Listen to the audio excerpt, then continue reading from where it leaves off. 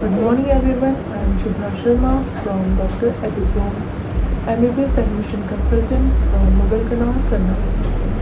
So today I am going to talk about the procedure of All India Counselling. So what are the procedure of All India Counselling? What are the eligibility criteria? How you can go and apply for counseling? Eligible students for counselling. Eligible students कौन हुए? जो counselling में बैठने के लिए eligible हैं वो होते हैं अगर आप जनरल कैटेगरी के हैं और आप 50% मार्क्स ऑब्टेन करते हैं, जो कि हुए 100 to 120 मार्क्स, तो आप होते हैं एलिजिबल काउंसलिंग में बैठने के लिए। इसका मतलब ये नहीं है कि आपको कॉलेज मिल जाएगा, बट या आप काउंसलिंग फिल कर सकते हैं। जो 40% मार्क्स हैं, जो OBC SC ST कैटेगरी के होते हैं, उनको चाहिए होते हैं 40% मार्क्स एलिजिबल होने के लिए। अब एलिजिबल मार्क्स तो ये हो गए। सो जो मेडिकल काउंसलिंग कमेटी होती है MCC, ये कंडक्ट करती है काउंसलिंग इंडिया में, जो कि डिवाइडेड होते हैं 2 पार्ट्स में। एक होता है ऑल इंडिया काउंसलिंग, जो कि होती है 15% सीट, जिसमें होती है 15% सीट, एंड एक होता है स्टेट काउंसलिंग, जिसमें होती है 85% सीट। सो ये 2 टाइप की काउंसलिंग में हम अपीयर करते हैं आफ्टर नीट। सो अब हम बात करते हैं नीट काउंसलिंग फ़ी पेमेंट की, जो कि हमारा स्टेप 3 है। अब स्टेप 3 में क्या होता है? अगर आप ऑल इंडिया काउंसलिंग के लिए जाते हैं तो आपको फ़ीस देनी होगी 1000 रुपीज़ फॉर जनरल कैटेगरी। ये आपकी फ़ीस नॉन रिफंडेबल होगी।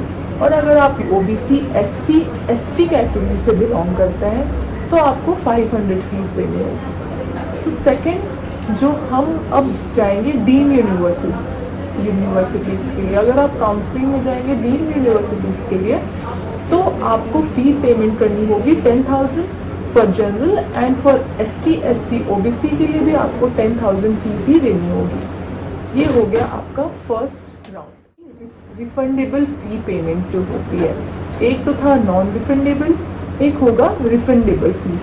जो रिफंडेबल फ़ीस होगी, जो ऑल इंडिया काउंसलिंग के लिए जो हम रिफंडेबल फ़ीस देते हैं, वो होती है हमारी 10,000 for the general category and 5,000 for the OBC category. और जो डीम यूनिवर्सिटीज़ के लिए हम आपको रिफंडेबल फ़ीस, जो सिक्योरिटी मनी कहलाती है, सिक्योरिटी मनी जो होती है वो हमको डीम यूनिवर्सिटीज़ के लिए देना होता है। जनरल कैटेगरी वालों के लिए 2 lakhs, and for OBC SC ST category के लिए भी 2 lakhs ही हमें पे करना होगा। सो ये हमारा हो गया टोटल फ़ी पेमेंट का पार्ट। अब जो हमारा नेक्स्ट स्टेप होता है वो है हमारा exercising of choice filling and locking. इस स्टेप में आप कोई भी कॉलेजेस चॉइस कर सकते हैं। हम आपको ये रिकमेंड करेंगे कि आप ज़्यादा से ज़्यादा कॉलेजेस फिल करें, क्योंकि अगर एक कॉलेज में आपका नहीं हुआ तो चलिए आपके पास बहुत सारे ऑप्शंस होते हैं, बट अगर आपने कम कॉलेजेस ही फिल किए हैं तो आपके पास ऑप्शंस भी नहीं बचते हैं। सो इसीलिए आप ज़्यादा से ज़्यादा ऑप्शंस फिल करें और ये आपके सारे चॉइसेस फिल करें according to your preference. First preference जो कि आप चाहते हैं, सेकंड, थर्ड, फोर्थ, ऐसे आपको फिल करने होगा। ये जो प्रोसेस होता है वो डिपेंड करता है आपकी रैंकिंग पे और आपके प्रेफरेंस पे। तो बहुत इम्पॉर्टेंट होता है आपको एक सही गाइडेंस प्रोवाइड करना। हम आपको प्रोवाइड करते हैं एक सही गाइडेंस फॉर काउंसलिंग, क्योंकि आप अगर सही कॉलेज भरते हैं अपने काउंसलिंग में तो ही आपको आपका कॉलेज मिलेगा। आपके रैंकिंग और आपके मार्क्स के अकॉर्डिंग ही हम आपको गाइड करेंगे कि आपको कौन सा कॉलेज फिल करना चाहिए for government universities and private university. और अगर इन केस आपको वो सीट नहीं चाहिए, आपको वो कॉलेज नहीं चाहिए, तो आप रिफंडेबल फ़ीस भी 2 दिन में इन्फॉर्म करके वापस ले सकते हैं और आप स्टेट कोटा के काउंसलिंग के लिए अपीयर कर सकते हैं।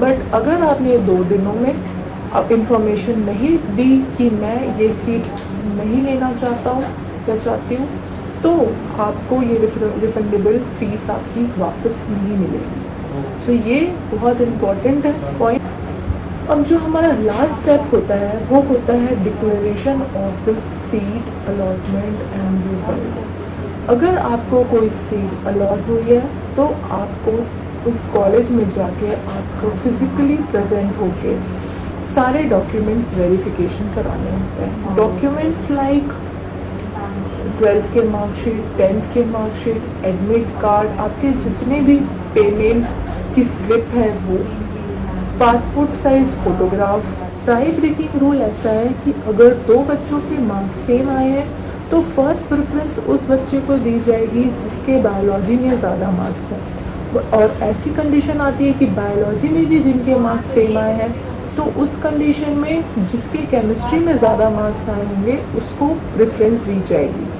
ऐसी कंडीशन आती है जिसमें बायोलॉजी और केमिस्ट्री में मार्क्स सेम आए हों तो इस कंडीशन में जिन्होंने आंसर्स ज़्यादा करेक्ट किए हैं, जिनके करेक्ट आंसर्स ज़्यादा होंगे उनको प्रेफरेंस दी जाएगी। और लास्ट ईयर एक और रूल इसके साथ एडेड था कि जो बच्चे ज़्यादा ओल्डर हैं उनको फर्स्ट प्रेफरेंस दी जाती थी, बट इस साल ये रूल नहीं आया है।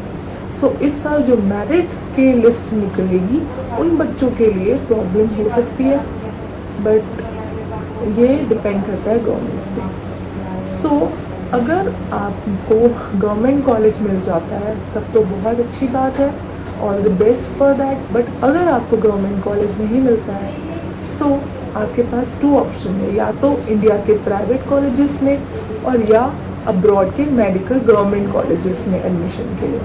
सो जो हमारी नेक्स्ट वीडियो होगी वो इस पे होगी कि हम क्या चूज़ करें, इंडिया के प्राइवेट कॉलेजेस और या फिर MBBS एडमिशन अब्रॉड के गवर्नमेंट कॉलेजेस।